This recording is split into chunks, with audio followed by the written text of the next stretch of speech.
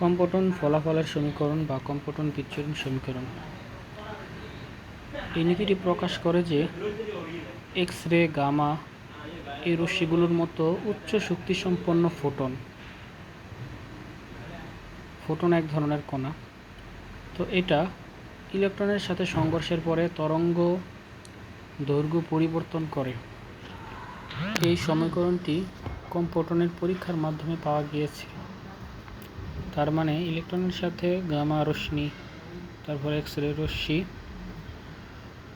সংঘর্ষের পরে তরঙ্গ দৈর্ঘ্য পরিবর্তন করে। সমীকরণটি হলো lambda prime minus lambda H by M E C 1 minus cos theta, যেখানে থিটার মানের উপরে